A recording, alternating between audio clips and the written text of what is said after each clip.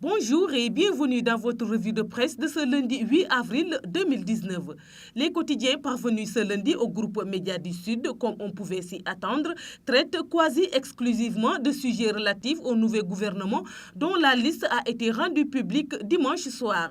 32 ministres et 3 secrétaires d'État pour un gouvernement dit resserré par rapport au précédent qui comptait 39 ministres, 50% de nouvelles têtes, au moins un ministre par région. Une représentation féminine qui passe de 20 à 25%, écrit Sud Quotidien, au sujet des caractéristiques de la nouvelle équipe du Premier ministre Mohamed Boun Abdallah Dionne. La nouvelle équipe gouvernementale traduit la volonté du chef de l'État d'insuffler une nouvelle dynamique dans la conduite des affaires publiques. Macky Sall veut mieux d'État, indique Le Soleil, citant le nouveau secrétaire général du gouvernement, Maxime Jean-Simon Ndiaye. En attendant la lecture politique des changements intervenus, force est de reconnaître que le recentrage n'a pas eu lieu. La trentaine de ministres en lice pour le quinquennat. Les pontes du régime ont permis aux départements stratégiques et des poulains ont laissé la place à d'autres profils, dont des Sénégalais qui se sont illustrés dans la diaspora, note critique. Selon Source A, le président de la République a beau promettre un recentrage. Cette ambition s'est retrouvée avec un gouvernement ô combien populaire, avec à la clé 32 ministres et 3 secrétaires d'État, soit seulement 7 ministres de moins par rapport au précédent. Le resserrement promis ne l'a finalement été qu'au tour des fidèles Abdoulaye Daouda Diallo, Aly Ngouille Ndiaye et autres Makhtar Cissé. Mais cette nouvelle équipe gouvernementale laisse apparaître de grosses incongruités, écrit Walf Quotidien.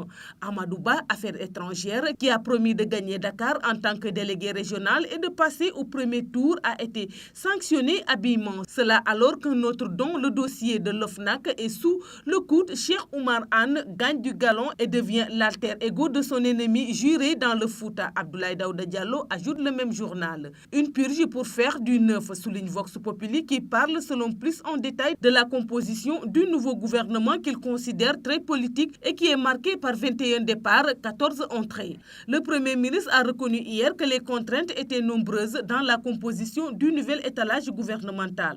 Rapporte le quotidien LAS, selon lequel le président Macky Sall a opéré un véritable chamboulement du gouvernement en remerciant la moitié des membres de l'équipe sortant et en renforçant les femmes et les jeunes.